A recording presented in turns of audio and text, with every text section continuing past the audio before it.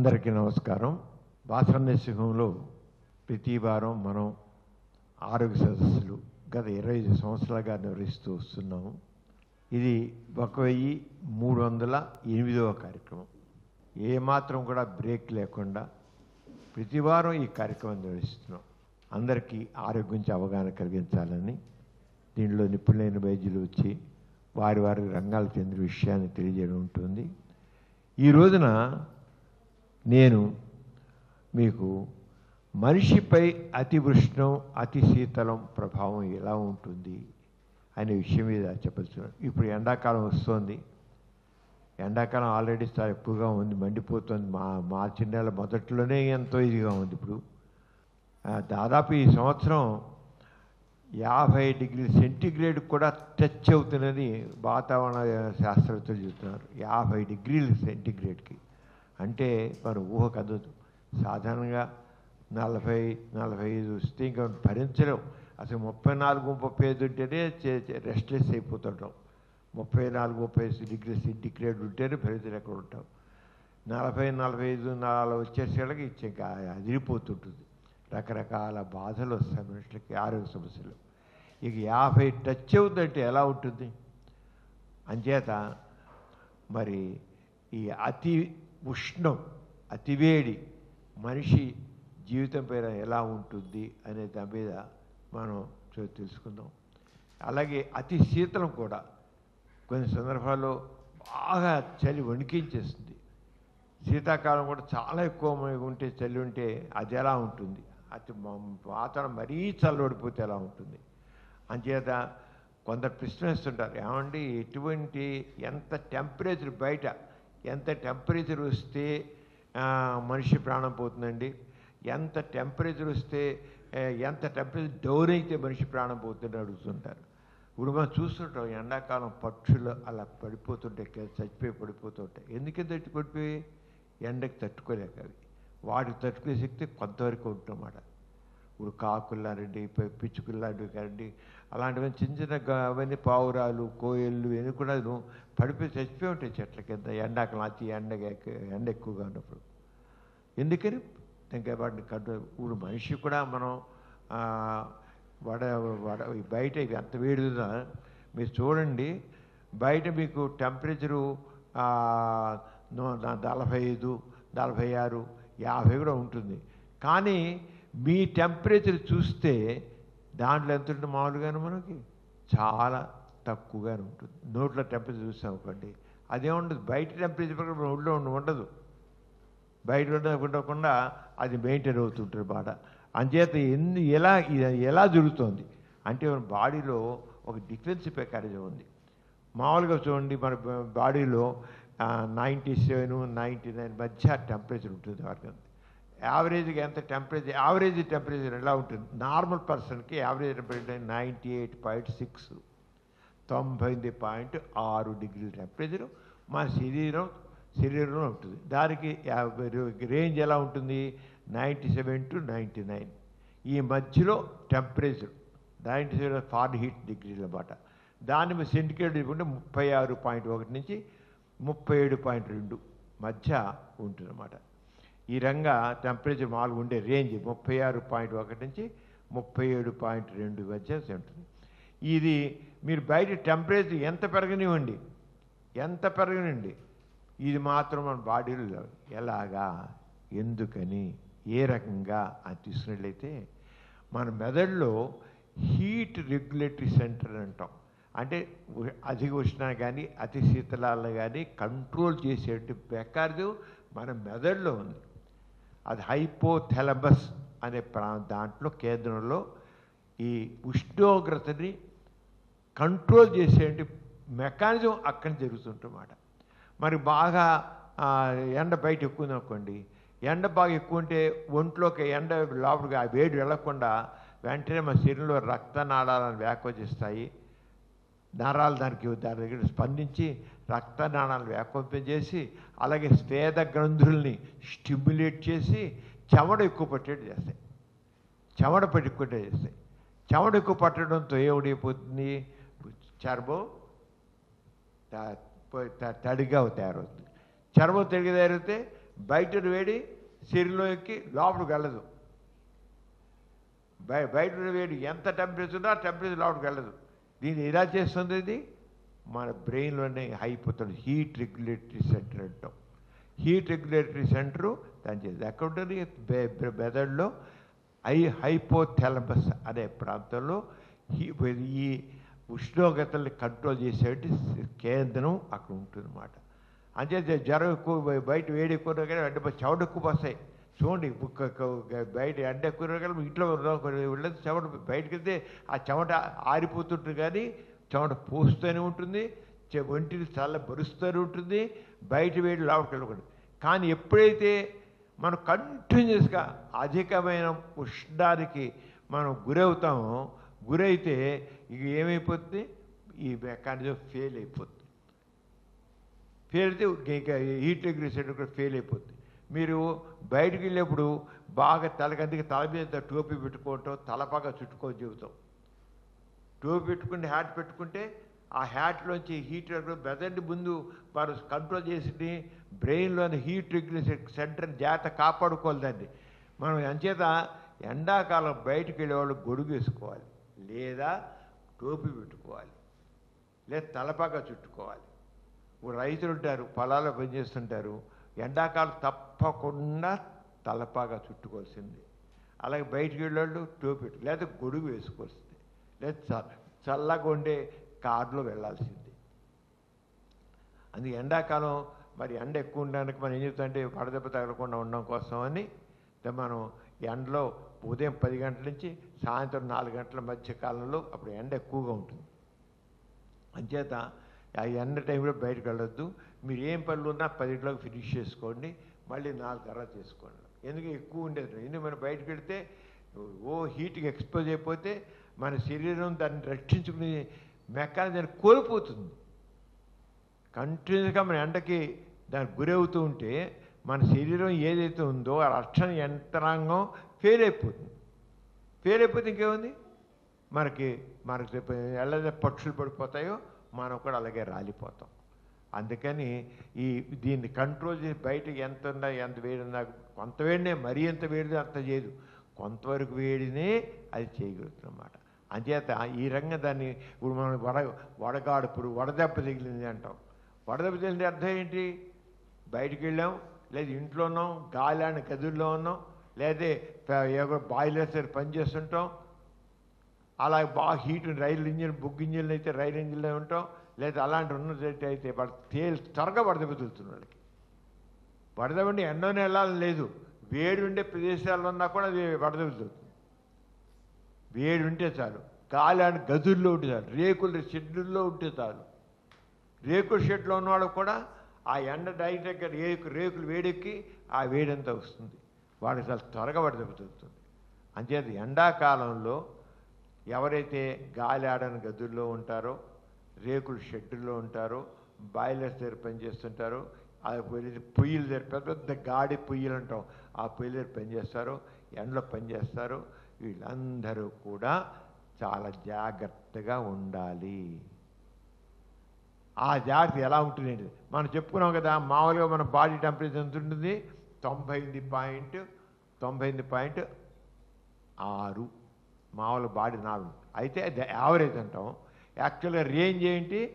97 నుంచి 99 మధ్య అనమాట. ఆ మధ్య రేంజ్లో ఫారెన్హీట్ డిగ్రీ అంటాం. అదే సెంటిగ్రేడ్ అయితే 36.1 to 37.2 సెంటిగ్రేడ్ అనమాట. అంచేత మామూలుగా మనకి కాస్త జ్వరం వచ్చిందనుకోండి, మనం చూసి జ్వరం వస్తే ఎలా ఉంటుంది, ఏ జ్వరానికి మనిషి ఎలా అవుతాడు? మీకు 99 జ్వరం వచ్చిననుకోండి ఏం ఉండదు. చాలామంది జ్వరం అంటే చూసే టెంపరేచర్ 99 ఉంటే 99.6 ఉంటుంది, ఉంటే ఏం ఉండదు, మామూలుగా ఉంటారు, తినేస్తుంటారు, తిరిగేస్తుంటారు, ఏ బాధ లేకుండా ఉంటారు. కానీ 100 దాటింది అంటే 100 దాటగానే మొదట్లో వాళ్ళకి ఏమవుతుందంటే వాళ్ళకి ఒక రకమైన డిస్కంఫర్ట్ ఫీల్ అవుతారు. 100 స్ట్రెస్ ఫీల్ అవుతారు, వాళ్ళు డిస్కౌంట్ ఫీల్ అవుతారు, కొద్దిగా ఏంటో తల తిరిగినట్లు అనిపిస్తుంటుంది.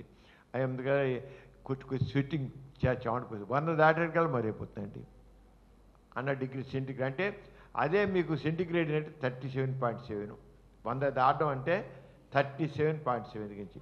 అలా కాకుండా మీకు 101 జ్వరం 101 104 దాకా ఉన్నట్లయితే అంటే 38.3 సెంటీగ్రేడ్ నుంచి 40 డిగ్రీ సెంటీగ్రేడ్ టెంపరేచర్ మనకు వచ్చేనుకోండి, మనకు జ్వరం వచ్చేనుకోండి, వస్తే మన కడుపులో వికారం వస్తుంది, తలనొప్పి వస్తుంది, తర్వాత నాడి స్పీడ్గా కొట్టుకుంటుంటుంది.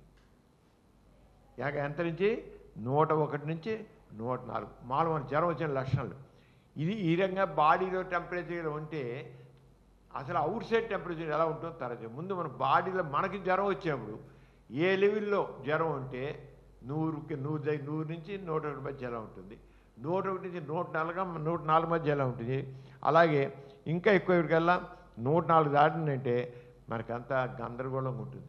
ఏ మాట ఒక్కోసారి కొంతమందికి సంధి వచ్చిందంటారు, 104 జ్వరం వచ్చాడు కల్లా ఏంటో మాట్లాడుతుంటారు, కన్ఫ్యూజన్ వస్తుంది. వాళ్ళు కొందరు ఫిట్స్ వస్తాయి. చిన్నపిల్లల్లో చూస్తుంటాం, చిన్నపిల్లలు 102 వాళ్ళు దాటేకల్లా 101 102 దాటేకల్లా ఫిట్స్ వస్తుంటే జ్వరం వస్తాయి, ఫెబ్రైల్ కన్వల్షన్స్ అంటాం. అలాగే ఫిట్స్ వస్తుంటాయి. అలాగే కాన్షియస్ కూడా కొంతమందికి ఇలా ఉంటాయి. అలాంటి వాళ్ళకి వెంటనే ఇంకా జాగ్రత్తగా జాగ్రత్త అంతా తీసుకొస్తాం. ఇంకా ఎప్పుడు మరి ఎంత టెంపరేచర్ వరకు మనం చూసుకోవచ్చు అంటే మామూలుగా మనకు శరీరం జ్వరం వచ్చేప్పుడు 107 డిగ్రీలు దాటిందంటే ఒక రకం చెప్పాలంటే మనకి చావు వస్తుందని అనుకోవాలి. 107 డిగ్రీలు దాటింది ఎవరికైనా టెంపరేచర్ అంటే చాలా డౌట్ఫుల్. ఎందుకంటే బ్రెయిన్ అంతా కొలాప్స్ అయిపోతుంది, మొత్తం సిస్టమ్ అంతా కొలాప్స్ అయిపోతుంది. 107 డిగ్రీలకి సిస్టమ్ అంతా కూడా కొలాప్స్ అయిపోతుంది, బాడీ సిస్టమ్ అంతా కొలాప్స్ అయిపోతుంది. అంచేత హార్ట్ పనిచేయడం మానేస్తుంది, లంగ్స్ పనిచేయడం మానేస్తుంది, బ్రెయిన్ పనిచేయడం మానేస్తుంది, మనకి సిస్టమ్ రక్షణ యంత్రాంగం చెమట పడ్డాలు పోతాయి. దాంతో ఆరంగం 107 డిగ్రీలు ఫ్యాటల్ అంటాం. ఫ్యాటల్ అంటే ప్రాణం తీసేది. ఇది మామూలుగా మనకి జ్వరం వచ్చినప్పుడు ఏ పాటి జ్వరం జరుగుతుందని చెప్పి అదే మీరు బయట ఎన్విరాన్మెంట్ గురించి చూద్దాం. ఇక అంటే వాతావరణంలో వేడి మనకి ఏ వేడి మనకి నష్టం చేస్తుంది, ఎలా చేసాం. ఇప్పుడు అతి శీతలం అతివృష్టం అని చెప్పుకున్నాం కదా, అది ఎలా ఉంటుందో అది చెప్పుకున్నాం. అది ఏంటంటే ఇప్పుడు మనకి డైరెక్ట్గా సన్లైట్కి మనం చూసుకున్నట్లయితే సన్లైట్కి అంటే బయట అంతా 130 నుంచి 130 డిగ్రీలు ఫారెన్హీట్. మనం కొంతమంది ఫారెన్హీట్ మారుతాం, కొంత సెంటిగ్రేడ్ గురించి చెప్తుంటారు కనుక బయట 130 డిగ్రీలు లేదా 54 డిగ్రీలు సెంటిగ్రేడ్ ఉన్నట్లయితే అప్పుడు ఏమవుతుందండి, ప్రాణం పోతుంది. 50 డిగ్రీలు సన్లైట్, 50 డిగ్రీలు బయట, 54 డిగ్రీలు బయట. మన ఇప్పుడు ఆల్రెడీ మన వాతావరణ శాస్త్రజ్ఞులు ఈ సంవత్సరం 50 దాకా రావడానికి అవకాశం ఉందంటున్నారు. 54 డిగ్రీలు అయితే చాలామంది పటాపట పక్షుల్లాగా రాలిపోతారు. ఎందుకంటే మన శరీరంలో ఆ హీట్ని కంట్రోల్ చేసేటి ఆ రక్షణ యంత్రాంగం మన దాంట్లో పనిచేయదు, ఫెయిల్ అయిపోతుంది. మీరు 54 డిగ్రీ సెంటిగ్రేడ్లో మీరు వెళ్ళారంటే అక్కడ సెంటిగ్రేడ్ డెత్ అక్కడ కావడానికి అవకాశం ఉంది. అంచేత చాలా జాగ్రత్త ఉండి ఎండాకాలం వడదెబ్బ తల్లిలో ఉండే వడదెబ్బలు ప్రాణాలు పోతుంటాయి, వడదెబ్బలు మరణించారు పేపర్లు చదువుతుంటాం మనం. అంచేత 130 డిగ్రీలు ఫారెన్హీట్ కానీ 54 డిగ్రీలు సెంటిగ్రేడ్ కానీ అన్నట్లయితే క్యాన్సర్ ఫేర్ ప్రాణం పోవడానికి అవకాశం ఉంది. మీరు అంచేత కొంతమంది ఇంత టెంపరేచర్ కూడా ప్రయాణం చేస్తుంటారు. ఆ ప్రయాణం చేసేవాడు కారుల్లో ఏసీ కారులో వెళుతున్నారు కొన్ని పర్వాలేదు, ఏసీ కాకుండా కారులో వెళితే మాత్రం చాలా ఉంటుంది. అంచేత బయట ఎంత టెంపరేచర్ ఉంటే, అవుట్ సైడ్ ఎంత టెంపరేచర్ ఉంటే మనకి ప్రాణం పోతుంది అని అంటే మనకు ప్రాణం పోయే పరిస్థితి ఎంత వేడంటే 54 డిగ్రీల సెంటిగ్రేడు. ఈ సంవత్సరం వాతావరణ శాస్త్రంలో ఏం చెప్పాము 50 దాకా వస్తుంది అన్నారు. ఏమో ఎక్కడ 54 ఉండొచ్చు. మన పొయ్యిల దాని చేత 50 వస్తున్నాయి కనుక బయట 50 వాళ్ళు బాయిలర్ దగ్గర పనిచేస్తారు, లేదా పెద్ద పెద్ద పొయ్యిల దగ్గర పనిచేస్తారు, కట్టెల పొయ్యిల దగ్గర పనిచేస్తారు. ఆ హీట్ ఉందనుకోండి చాలా ప్రమాదం. అంచేది ఇలా ఉండాలి, జాగ్రత్తగా ఉండండి, చాలా జాగ్రత్తగా ఉంది. అందుకని ఈరోజు మనం ఈ కార్యక్రమం పెట్టుకున్నాం, అందరికి తెలియజేయాలని. అలాగే దీంతోపాటు రకరకాలు ఉంటాయి. ఇప్పుడు యాక్చువల్గా చెప్పాలంటే ఇప్పుడు ఏం చేయాలి, ఎలాగ మనకి వడదెబ్బ తగులుతుంది, వడదెబ్బ తగిలితే వడదెబ్బ అంటే పూర్తిగా స్పృహ పోవాలి. మాలు వడదెబ్బ అంటే ఏం చేస్తాం, అది 105 డిగ్రీల జ్వరం దాడుతుంది. 104, 105, 105 అయితే బయట వాడు ఎండలోకి వెళ్ళొచ్చాము, జ్వరం వచ్చేసింది. జ్వరం వచ్చేస్తుంది, వెళ్ళంత వేడికిపోతే జ్వరం వచ్చేస్తుంది. ఏమవుతుంది? దాహం ఇస్తుంటుంది, నాలుగు ఎండిపోతుంది, చర్మం ఎండిపోతుంది. వడదెబ్బ అంటే ముఖ్యంగా మనం తెలుసుకోవాల్సిందంటే చెమట పట్టడం మానేస్తుంది.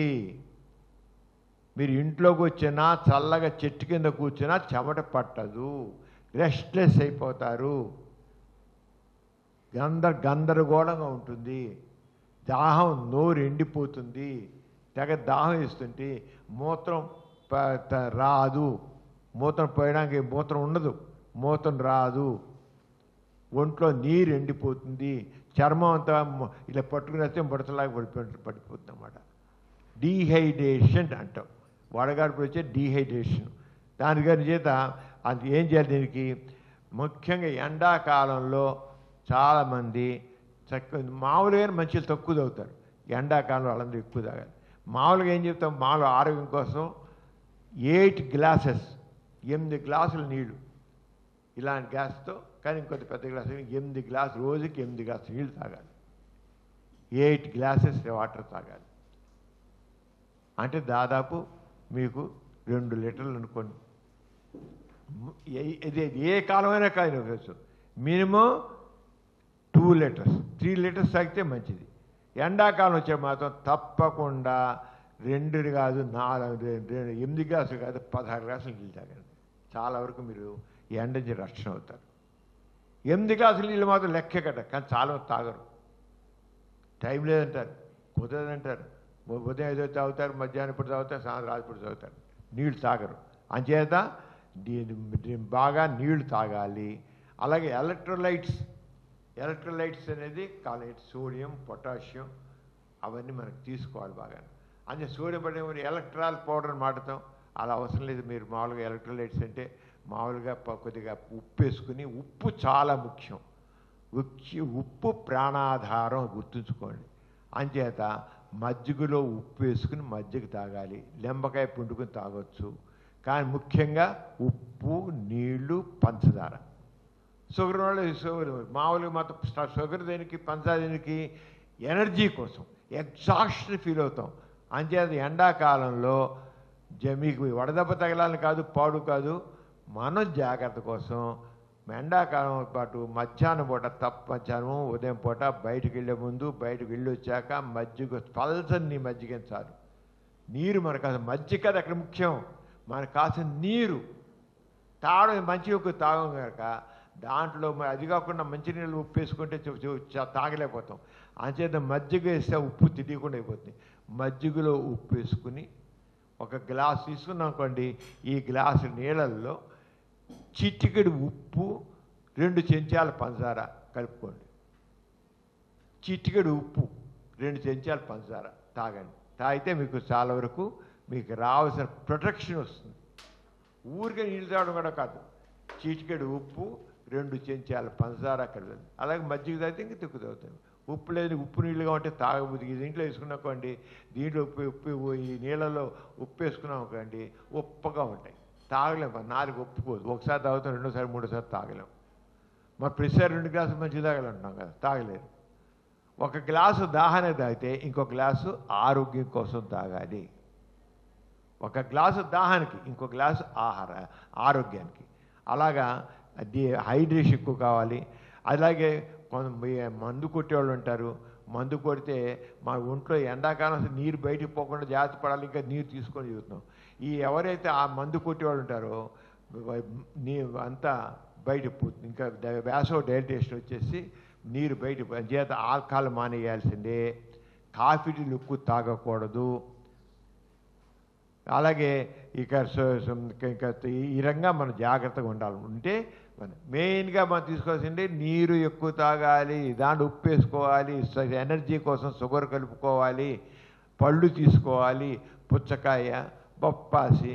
అలాగే నీరు ఉన్న కాయలు, ఎక్కువ పుచ్చకాయ ఉపయోగపడుతుంది, పుచ్చకాయలు నీరు ఎక్కువ ఉంటుంది, నీరు ఉండే కాయలు ఎక్కువ తినాలి. అంతేకాకుండా సన్ ఎక్స్పోజర్కి, ఎండకి ఎక్కువ కాకుండా, ఎండాకాలంలో మాత్రం జాగ్రత్త తీసుకొచ్చేలా సన్కి ఎక్స్పోజర్ కాకుండా మీరు ముఖ్యంగా ఇంతకుముందు చెప్పుకున్నాం, ఎండాక మధ్య ఉదయం పూట 10 గంటల నుంచి 4 గంటల వరకు ఎండలో తిరగకుండా ఉండాలి. అలాగే ఇక వీళ్ళంత వరకు చల్లగా ఉండే ప్రదేశంలో ఉండాలి. రేకుల షెడ్లో కాకుండా చల్లగా ఉండే చోట ఏసీ ఉంటే మంచిదేను. ఆ రకంగా చూసి సన్ స్క్రీన్స్ కూడా రాసుకుంటే మంచిదే. ఎండాకాలం సన్ స్క్రీన్స్ అవి కూడా కొంతవరకు ప్రొటెక్షన్ చేస్తాయి, అవి చేయొచ్చు. అలాగే చాలామంది చేశారు టైట్ క్లాత్ను, ఉలెన్ బట్టలు అలాంటివి వాడతారు. గాలి ఆడని బట్టలు నో, నూలు దుస్తులు వాడుకోవాలి. నూలు బట్టలు ఎక్కువ వాడితే మంచిది, ఎందుకంటే గాలి ఆడాలి. అంతేగాని గాలి ఆడని బట్టలు మామూలు రోజు చలికాలం వాడుకోండి, కానీ ఎండాకాలం చేయడం మాత్రం నూలు దుస్తులు వాడండి.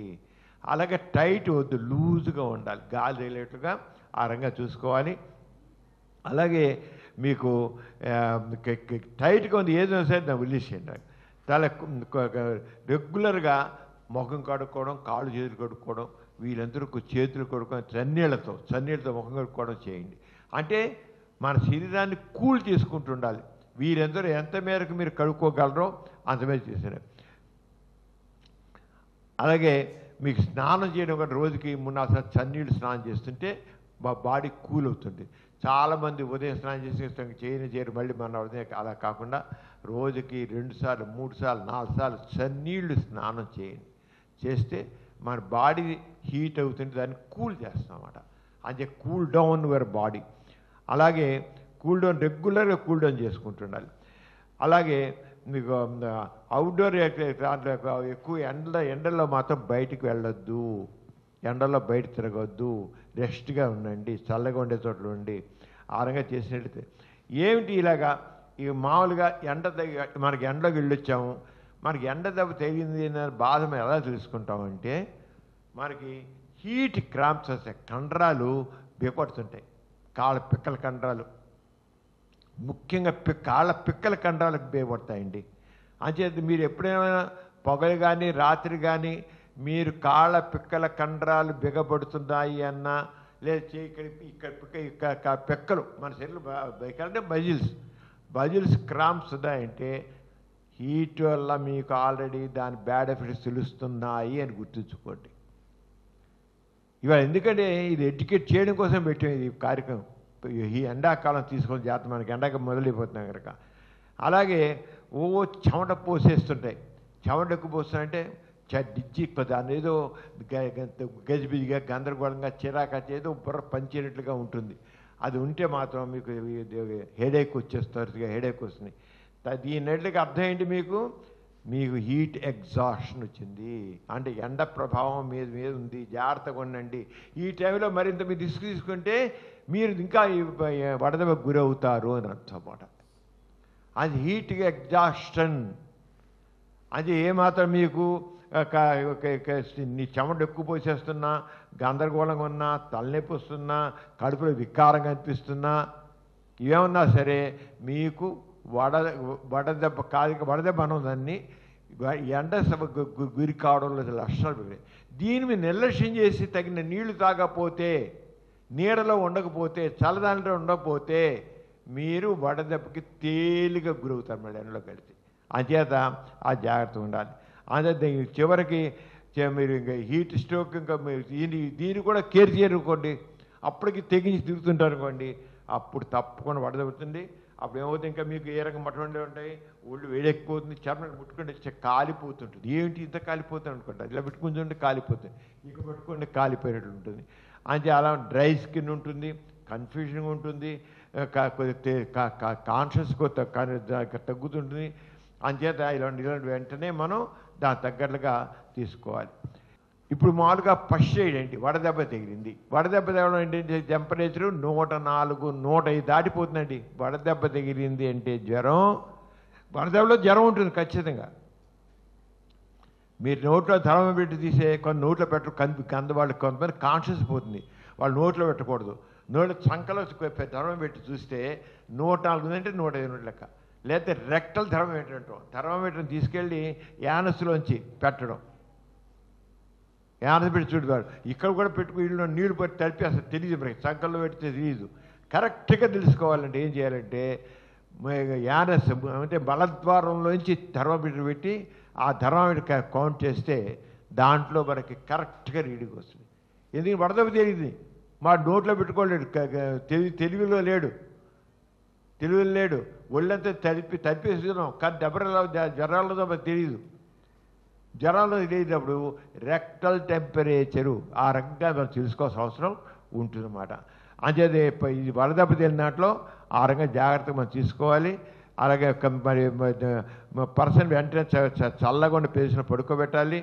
మరి వెంటనే ఒంటి మీద టైట్గా బట్టలు వదిలిపెట్టి వీలైనంత గాలి తీయాలి, బట్టలన్నీ వదులు చేసేయాలి, ఒళ్ళంతా స్పాంజింగ్ చేయాలి. లేదా ఒక షవర్ పడుతుంటే లేదా పైన పంపు పడుతూ నీళ్లు పడుతుంటే ఆ నీళ్లు ఒంటి మీద పడేటువంటి చచ్చి కూర్చోబెట్టాలి, నీళ్ళ కింద. లేదా వాటర్ టబ్ ఉంటే చన్నీళ్ళు వాటర్ టబ్లో పడుకోబెట్టి టెంపరేచర్ 102 వచ్చే వరకు ఉంచాలి. మళ్ళీ అంతేగాని మళ్ళీ పూర్తి చల్లబడే కాదు, టెంపరేచర్ 102 వచ్చే వరకు కూడా ఆ లోపల చన్నీళ్ళలో ఉంచి 102 బయట తీసేయాలి. అదే వాటర్ టబ్బులు చన్నీళ్ళ టబ్బులు నీటి వాటర్ ఉంచాలి. లేదా ఒళ్ళంతా తడికొడుతూ చల్లటి నీళ్ళతో ఒళ్ళంతా తుడవాలి. లేతే పంపు ఎండాకాలం నీళ్ళన్నీ వేడిగా ఉంటాయండి. మన పైపులో వచ్చే నీళ్ళన్నీ ఎండాకాలం వేడి నీళ్ళు మండిపోతుంటాయి. ఒకటి చల్లగా వచ్చే నీళ్లు ఉంటే మాత్రం, చల్లగా వచ్చే పరిస్థితి ఉంటే మాత్రం ఆ నీళ్ళతో స్నానం చేయించాలి. వాళ్ళు చేయించి తగ్గేట్టు చూసుకోవాలన్నమాట. ఇంకా ఆ రంగం చేసినట్టయితే వాళ్ళు చాలా వరకు ఐస్ ప్యాక్తో ఒళ్ళు తొడవచ్చు. ముఖ్యంగా జ్వరం త్వరగా తగ్గాలంటే, జ్వరం ముఖ్యంగా తగ్గాలంటే ఏం చేయాలంటే సంకల్లో, గజ్జల్లో, మెడ దగ్గర తడిగుడ్డ, ఐస్ నీళ్ళలో తడిపిన గుడ్డ పెట్టాలి. ఐస్ నీళ్ళు అందరికి దొరకవు, అంచేత కనీసం తడిగుడ్డ మాటిపాటి మారుస్తుంటాడు. తల మీద తడిగుడ్డ వేస్తాము, మొత్తం చుడతాము, మెడ చుట్టూ చేస్తాము, సంకల్లో పెడతాము, గజ్జల్లో కూడా పెడతాం. ఆ రంగా మనం చేస్తామన్నమాట. ఆ రంగా చేసి ఇంకా కొంతమంది ఒకటంటే పారాసిటమాల్ వేద్దాం జ్వరం తగ్గిపోతుంది. ఎండాకాలం వడదెబ్బ తగిలిన వాడికి పారాసిటమాల్ పనిచేయదు, గుర్తుంచుకోండి. ఇంజక్షన్ ఇచ్చాం కదా, తగ్గుతున్న ఇంజక్షన్ ఇప్పిద్దాం, లేదా పారాసిటమాల్ వెళ్ళేసి డోలో వెళ్ళేసేస్తాము, డోలో వేద్దాము, లేకపోతే పారాసిటమాల్ వెళ్ళేద్దాం ఉంటారు. No use. ఇప్పుడు మీకు ఎండాకాలం వచ్చే బాధలు ఏంటి, మామూలుగా ఎలా చూసాం, ఏ రంగా ఉంటుంది, వడదెబ్బ ఏం చేయాలి, ఏ లెవెల్లో బయట వెళితే ఎంత టెంపరేచర్, ఇప్పుడు మనకి వడదెబ్బ చెప్పాం, ఎంత టెంపరేచర్ వచ్చి చెప్పాం మీకు. బయట వెళితే మన ప్యాటల్ అయిపోవడం అనేది దాని మనకి ప్యాటల్ టెంపరేచర్ అన్నమాట. మనం ముందు చెప్పుకున్నాం ప్యాటల్ ఎంత ఏ లెవెల్ అని. దాదాపు 54 డిగ్రీలు సెంటిగ్రేడ్ అయితే మనకి ఇదే అవుతుంది, వాడని చేసి జాగ్రత్తగా ఉండాలి. ఇంకా చలి గురించి చెప్పుకున్నాం. శీతలకాలం, ఎండాకాలం జాగ్రత్త చెప్పాను. అంచేది ఎండాకాలం అంతా మనకి ఈ ఎండాకాలం చెప్పాము, ఫస్ట్ ఎయిడ్ గురించి చెప్పాము, వడదెబ్బ గురించి చెప్పాము, వడగడ్డ గురించి చేసి తర్వాత డాక్టర్ తీసుకెళ్ళి ఎందుకంటే ఒంట్లోంచి నీరు ఎండిపోతుంది కనుక సలైన్కి ఎత్తాలి. లేదా తాగే స్థితి ఉంటే చాలా తాగరు, ఎందుకంటే స్ప్రోలో ఉండరు, మీరు నోట పోసి మింగరు, సరిగా మింగలేరు. అలాంటి సందర్భంలో ఒళ్ళు చల్లబరిచి హాస్పిటల్ తీసుకెళ్ళి ఏసీ రూమ్లో నరానికి గ్లూకోజ్ సలైన్ అంటే సోడియం క్లోరైడ్ గ్లూకోజ్ ఉందని ఎక్కించాలి. గ్లూకోజ్ ఎనర్జీ కోసం, కోలుకోవడం కోసం, సలైన్ ఎలక్ట్రోలైట్స్ కోసం సోడియం. ప్రాణాధారం, అది గుర్తుంచుకోండి. ఉప్పు ప్రాణాధారం. ఉప్పు ప్రాణం ఇస్తుంది. ఉప్పు పోతే, శరీరం నుంచి ఉప్పు తగ్గిపోతే ప్రాణంకి ఇబ్బంది వస్తుంది. అంటే గ్లూకోజ్ సలైన్, డెక్స్ట్రోజ్ సలైన్ అన్నాం, అది పెట్టాలి, అది చేయించుకోవాలి. ఇంకా అతి శీతలం అంటే ఎలా ఉంటుంది ఏంటి, దాన్ని ఏమంటామంటే దాన్ని హైపర్థర్మియా, వైద్య భాషలో హైపర్థర్మియా అంటాం. ఇప్పుడు చెప్పేది హైపోథర్మియా అంటే బాగా తగ్గిపోవడం కనుక దానికి బాగా చల్లగాలికి ఎక్స్పోజర్ ఇష్టం కల్లా వాట్ ఈజ్ హైపోథర్మియా అంటే మనకి ఈ hypothermia occurs when the body loses that faster than it can produce it, causing the core temperature drop below the 95 degrees Fahrenheit, 35 degrees centigrade. ఎవరు దేనికైతే మనం 30 డిగ్రీల సెంటిగ్రేడ్ కంటే శరీరంలో హీటు 30 డిగ్రీల కంటే 30 డిగ్రీల సెంటిగ్రేడ్ కన్నా లేదా 95 డిగ్రీల ఫారెన్హీట్ కన్నా, ఇప్పుడు మామూలుగా మనం థెర్మామీటర్లో 2 రకాలుగా చూస్తాం, సెంటిగ్రేడ్ చూస్తాం, ఫారెన్హీట్ చూస్తాం. అంటే సెంటిగ్రేడ్ అయితే 30 డిగ్రీల సెంటిగ్రేడ్, ఫారెన్హీట్ అయితే 90 డిగ్రీల ఫారెన్హీట్. ఆ ఫారెన్హీట్ తగ్గితే అది శరీరం చల్లబడిపోయింది. చల్లబడిపోవడం తప్పే, అప్పుడు కూడా బాడీ సరిపోయేది. అతి వేడికి గురి అయితే ఏ రకంగా నష్టం కలుగుతుందో శరీరం అంత చల్లడిపోయినా సరే ఫంక్షన్ దెబ్బతిపోతుంది. అంచేత దానివల్ల లేనిపోయింది ఏమవుతుంది, ఆ రకరకాల కాంప్లికేషన్ వస్తాయి. ఇప్పుడు కొంతమంది అతి చల్లగా ఉంటాయి, చలికాలం మంచులో తిరుగుతారు, మంచులో తిరిగితే మంచులోనే ఉంటారు, కొంత మంచులోనే ఉండాల్సి వస్తుంది. కొంత మనుషులకు ఇల్లు ఏమి ఉండదు, వాళ్ళు అతి శీతలంలో ప్రాణాలు కోల్పోతుంటారు. వాళ్ళు ఇల్లు ఏ గూడు ఉండదు వాళ్ళకి. అంటే అలాంటి వాళ్ళందరూ బయట ఉన్నట్లయితే వాళ్ళకి 30 డిగ్రీల సెంటిగ్రేడ్ కంటే వాళ్ళ శరీరం చల్లడిపోతే, అక్కడ కూడా శరీరం చల్లబడిపోతే మన శరీరం అంటే డిఫెన్స్ మెకానిజం అని చెప్పే కదా. డిఫెన్స్ మెకానిజం అంటే ఏంటి, మీకు హీట్ రెగ్యులేటరీ సెంటర్ మేము హైపోథెలమస్ ఉంటుందని చెప్పాను. హైపోథెలమస్ ఫెయిల్ అయిపోతుంది అక్కడ కూడా. ఇంకా దానికి మామూలుగా కంట్రోల్ చేస్తుంది, ఇంకా తగ్గిపోతే ఫెయిల్ అయిపోతుంది. అది ఎలా చేయాలి, ఏ లెవెల్లో, ఎలాగ మనకి ఎక్కువైనప్పుడు కూడా ఏ రకం లక్షణాలు ఉంటాయి. మామూలుగా ఏంటంటే ఈ బాగా కూల్ అయిపోయినప్పుడు ఏ రకం లక్షణాలు ఉంటాయి. ఎర్లీ సైన్ ఏంటంటే స్కిన్ టర్న్స్ రెడ్, బాగా చల్లగాలికి గురి అయిపోయి శరీరం చల్లబడిపోతే చర్మం ఎర్రగా మారుతుంది, లేదా పేలుగైపోతుంది, పాలిపోతుంది. రెడ్డిగైనా మారుతుంది, పాలిపోతుంది. అండ్ ఫీల్స్ కోల్డ్ అండ్ ముట్టుకుంటే చల్లగా ఉంటుంది, చర్మం చల్లగా ఉంటుంది. ఇప్పుడు చనిపోయిన వాళ్ళని కొంతసేపు చూస్తే ఒళ్ళంతా చల్లగా ఉంటుంది. ఎందుకని బాడీ ఇంకా అక్కడేం కీపప్ చేయట్లేదు, ఒళ్ళు చల్లగా ఉంటుంది. మామూలు రోజుల్లో చూస్తే చల్లగా ఉంటుంది.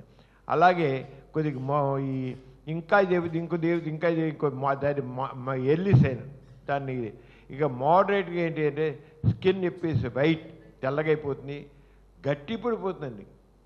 కాళ్ళు చేతులు గట్టి పడిపోతాయి. మామూలుగా మన చెయ్యంత మెత్తగా, కాళ్ళు మెత్తగా, ఒళ్ళు మెత్తగా ఉంటుంది. కడ్డీలా తయారవుతుంది, కర్రలా తయారవుతుంది. చల్లగాలికి బాగా గురి అయినప్పుడు కండరాలన్నీ బిగుసుకుపోతాయి, టైట్న్ అయిపోతాయి. అంచేత Apis white, hard and waxy and blisters కూడా కొంతమంది పైన పుక్కులు అక్కడంతా పైన నీటి పుక్కుల్లాగా వచ్చేస్తాయి అన్నమాట. అది మోడరేట్ సైన్స్, ఎక్కువ చాలుగా. ఇక సివియర్ ఇది ఏంటంటే స్కిన్ టర్న్స్ బ్లూగా అయిపోతుంది. బాగా చల్లబడిపోతే, ఒళ్ళు చల్లబడిపోతే బ్లూ అయిపోయిందంటే పోతుంది, బ్లాక్ అని అయిపోతుంది. దీన్ని ఫ్రాస్ట్ బైట్ అంటారు. మామూలుగా మనం దీని అన్నాల్సిందే ఫ్రాస్ట్ బైట్ అని వైద్య భాషలో మీద ఫ్రాస్ట్ అంటే తెల్ల కూడా అందులో ఫరాస్ట్ అంటారు. ఏం చేయాలి, వెంటనే వాళ్ళు తీసుకొని ఒళ్ళంతా బాగా చల్లటి దుప్పటితో, ఉల్లెని దుప్పటితో వాటితో కప్పియాలి. ఒళ్ళంతా స్వెటర్ని వేసేయాలి. ఒళ్ళంతా చేసి ఒళ్ళుని వేడి చేయడానికి ప్రయత్నం చేయాలి. ఈ శీతాకాలంలో జరుగుతున్నది. అలాగే ఒంటి మీద ఏమైనా బట్టలు తడిసిపోయి ఉంటే ఆ బట్టలు తీసేయాలి. తడిసిపోయిన బట్టలు ఉండొచ్చు. వాళ్ళు బయటకు వెళ్తే మంచుతో తడిసిపోయి చల్లగా పెట్టుకొని తీసేసి పొడి వేయాలి. అండ్ మొత్తం అంతా కూడా ఏరియా అంతా కూడా కొంచెం జెంట్లుగా వామ్ అంటేట్టుగా చేయాలి. ఇంకా ఏం చేయొచ్చు అంటే ఎలా అయితే ఒళ్ళు వేడెక్కిపోతే తడిగుడ్డతో ఐస్ నీళ్ళతో ఉన్న గుడ్డతో ఐస్ నీళ్ళతో తడిపిన గుడ్డ తుడుస్తామో, ఇక్కడ ఇలాంటి శీతలం అయిపోయినప్పుడు వేడి నీళ్ళ గుడ్డతో ఒళ్ళంతా తుడవాలి. వేడి జస్ట్ ఆపోజిట్, వరద వదిలితో చేసేదానికి ఆపోజిట్ అన్నమాట. వేడి నీళ్ళు కూడా తప్పుకోవాలి. అలాగే వేడి నీళ్ళ దాంట్లో స్నానం చేయించాలి. త్వరగా ఒళ్ళు వేడి నీళ్ళు స్నానం చేయించాలి. ఇంకా కాళ్ళు చేతులు కొద్దిగా ఎత్తిపెట్టి ఉంచాలి. కాళ్ళని చేతుల్ని కొద్దిగా ఎత్తిపెట్టి పెట్టాలి. మొత్తం ఎక్కడ పుల్లాగా ఏర్పడి బ్లిస్టర్స్ ఏర్పడి చేతులకు కొత్త బుబ్బలు వచ్చాకండి, ఒక స్టెరైల్ గుడ్డతో కాదు చుట్టూ ఉంచాలి వాటిని. లేదా మరింత ఇదవ్వకున్నాను ఆ రంగా చేయాలి. ఏం చేయకూడదంటే కొంతమంది చేస్తారని చల్లబడిపోతే రుద్దుతారు మసాజ్ లాగా వేడెక్కాలని. అలా చేసి ఏమవుతుంది, చర్మం ఊడిపోతుంది. అంచేత ఒళ్ళు చల్లబడిపోయిందని చెప్పేసేసి తురవకూడదు. చలికాలంలో చల్లగాలి గురై ఇదైపోయిన వాళ్ళకి వాళ్ళు వేడెక్కడం కోసం చూడడం కాదు, వేడిగా దాన్ని కప్పించండి, వేడి చేయండి. అంతేగాని చేతులు పెట్టి రబ్బు చేయొద్దు, మసాజ్ లాగా చేయకూడదు. చాలామంది చేస్తారు రంగా, అది చేయకూడదు. ఆ రంగా చేస్తే కొద్ది వేడి వచ్చేట్లుగా చూసుకోవాలి. ఆ రంగా చేసినట్లయితే కొద్ది జాగ్రత్తగా అవుతుంది. ఇక దీనికి ఫస్ట్ ఎయిడ్ అంటే ఏముంది, మెయిన్గా మైల్డ్గా ఉన్నప్పుడు షివరింగ్ ఉంటుంది, స్లరింగ్ స్పీచ్ ఉంటుంది, కన్ఫ్యూజన్ ఉంటుంది, కోల్డ్ స్కిన్ ఉంటుంది. అది మైల్డ్ సిమ్టమ్స్. అదే కొద్దిగా ఎక్కువ ఉన్నట్లయితే మనకి అతి శీతలం అయినప్పుడు షివరింగ్ వణుకు వచ్చేస్తుంది, కన్ఫ్యూజన్ వచ్చేస్తుంది, డ్రౌజినెస్ వచ్చేస్తుంది, పల్స్ స్లో అయిపోతుంది. అలాగే సివియర్ అయిపోయినప్పుడు అన్కాన్షియస్ అయిపోతారు. మరి మా పల్స్ కూడా ఆబ్సెంట్ అయిపోతుంది, బ్రీజింగ్ కూడా తీసుకోవచ్చు, షాలో బ్రీజింగ్ అయిపోతుంది అన్నమాట. అంచేత ఆ రంగా చూసిన ఎమ్మెల్యే చూసి డాక్టర్ తీసుకెళ్ళి దాన్ని చేయాల్సిన మెయిన్గా మొత్తం ఒళ్ళంతా కప్పొచ్చి ఉంచాలి. మరి ఎంత మన బాడీ ఎంత కూల్ అయిపోతే ప్రాణం పోతుంది, ఎంత కూల్ అయిపోతే అది చెప్పుకున్నాం కదా ఇందాక. కానీ బయట వాతావరణం ఇప్పుడు అమెరికా దేశాలు, ఇంగ్లాండ్ దేశాలు, అలాంటి దేశాలు అతి శీతల ప్రాంతాలు ఉన్నాయి. అలాంటి చోట్ల ఏ రకంగా ఇదవుతుంది అనేది మనకి మామూలుగా డిపెండ్ అవ్వది ఏరియా, మనం ఉన్న ఏరియాలో మనం తీసుకునే ప్రొటెక్షన్ బట్టి ఉంటుంది. మామూలుగా ఎప్పుడు మీకు అంటే -18 degrees సెంటీగ్రేడ్ ఉన్నట్లయితే గుర్తుంచుకోండి, temperature out side -18 degrees centigrade, -18 ఉంటే ఎలా అయితే 50 ఎండ 57 degrees సెంటీగ్రేడ్ ఉంటే ఎలా అయితే ప్రాణం తీస్తుందో, ఎండ 50 degrees సెంటీగ్రేడ్ ఉంటే ప్రాణం తీస్తుందో, చల్లగాలి కూడా చలి కూడా బయట వాతావరణం -18 degrees సెంటీగ్రేడ్ ఉంటే కూడా ప్రాణం పోతుంది మనిషికి. అంటే మన హీట్ రెగ్యులేటరీ సెంటరు దాన్ని ఇంకా మన రక్షణ కలిగించలేకుండా ఫెయిల్ అయిపోతుంది. అంచేత బయట వాతావరణం మన బాడీ ఫంక్షన్ రెండు సమానంగా ఉన్నప్పుడే కుదురుతుంది. అలాగా అంచేత దీనికి తగ్గట్టుగా మనం తీసుకోవాలి. 0.6 degrees సెంటీగ్రేడ్ ఉంటే హైపోథెర్మిక్ రిస్క్ ఇంక్రీజ్ అయిపోతుంది. 0.18 వస్తే మాత్రం ఇంక డెత్ రావడానికి అవకాశం ఉంది అన్నమాట. 0.18 అంటే మామూలుగా 0 degrees సెంటీగ్రేడ్ జాగ్రత్తగా ఉండాలి. -6 దగ్గర కొంత రిస్క్ ఎక్కువ అవుతుంది. -18 ప్రాణం పోతుంది. బయట టెంపరేచరు మన బాడీకి ఎట్లా కూల్ అయిపోతే ఇంకెట్లా అయిపోతుంది. అది ఆ రకంగా చాలా జాగ్రత్తగా తీసుకోవాలి. ఇవాళ మీకు అతి శీతలం, అతి ఉష్ణం గురించి మనం ఎలాంటి జాగ్రత్త, ఎండాకాలం వస్తాం కనుక ఎలాంటి జాగ్రత్తలు తీసుకు చెప్పాను. ఇవన్నీ జాగ్రత్త గుర్తుంచుకోండి. ఇప్పుడు ఎట్లయినా మనకి ఈ ప్రోగ్రాం మళ్ళీ మన యూట్యూబ్ ఛానల్లో సమయం హెల్త్ ఛానల్లో మరి రిపీట్ అవుతుంది. మీరు క్లియర్గా వినండి. ఎండాకాలంలో వడదెబ్బ తగలకుండా జాగ్రత్తలు తీసుకోండి. మీరు ఎండ టైంలో బయటకు వెళ్ళకండి. నీళ్ళు ఎక్కువ తాగండి. మజ్జిగలు ఉప్పు పంచదార కలిపి తాగండి. ఆల్కహాల్ లాంటివి తీసుకోకండి. చల్లని ప్రదేశంలో ఉండండి. రేకుల ప్రదేశాల్లో ఉన్నవాళ్ళు జాగ్రత్త ఉండండి. టైట్గా ఉండే డ్రెస్సులు వేసుకోకండి. లూజ్గా ఉండే కాటన్ డ్రెస్సులు వాడండి. వీరెందుకు ఒంటికి గాలి తగిలేట్టు చూసుకోండి. ఒక చల్లగాల్లో ఉండండి వీలంత వరకు. అలాంటి అందరికీ ఏసీ రూమ్లు ఉండవు. మామూలు రూమ్లు ఉండే కిటికీలకి ఒట్టివేల తరగలు వేపి నీళ్లు పెట్టి తడుపుకుంటుండండి. అలాగే ఇంట్లో మామూలుగా మన ఇల్లు గది వేడిగా ఉంటే మామూలు గోని గుడ్లు ఉంటాయి, గోని సంచులు ఉంటాయి, అవి తడిపి ఇంట్లో గోడ అంచులకి వేయండి. వేసేది ఫ్యాన్ వేసినప్పుడు, లేకపోతే ఉట్టి ఫ్యాన్ వేసే వేడి గాలి వస్తుంటుంది. ఆచారంగా వీలంత వరకు మనం ఉండే గదిని, మనం ఉండే ఇల్లుని చల్లదనం చేసుకోండి. మీరు జాగ్రత్తగా ఉంటే మనందరం హాయిగా ఉంటాం. అదే చెప్తున్నాం మీకు. జాగ్రత్తగా మీ ఈ ప్రోగ్రాం మళ్ళీ వస్తుంది కనుక, దీంట్లో కనబడుతుంది కనుక చూడండి. 1-2 రోజుల్లో మనకి సమరం హెల్త్ ఛానల్లో మీకు ఈ కార్యక్రమం హెల్త్ ఛానల్లో వస్తుంది. అంతా సెలవు తీసుకున్నాం. మళ్ళీ వచ్చే వారం కలుద్దాం. ఈ కార్యక్రమం మీకు ఎంతో నచ్చింది కదా. ఇటువంటి మరిన్ని వీడియోల కోసం అనతి కాలంలోనే 20 కోట్లకు పైగా వ్యూస్ సాధించిన సమరం ఛానల్ సమర్పించు సమరం హెల్త్ ఛానల్కు సబ్స్క్రైబ్ చేయండి, లైక్ చేయండి, మీ ఫ్రెండ్స్కి షేర్ చేయండి. అలాగే ప్రక్కనున్న గంట సింబల్ని ప్రెస్ చేయడం మర్చిపోకండి.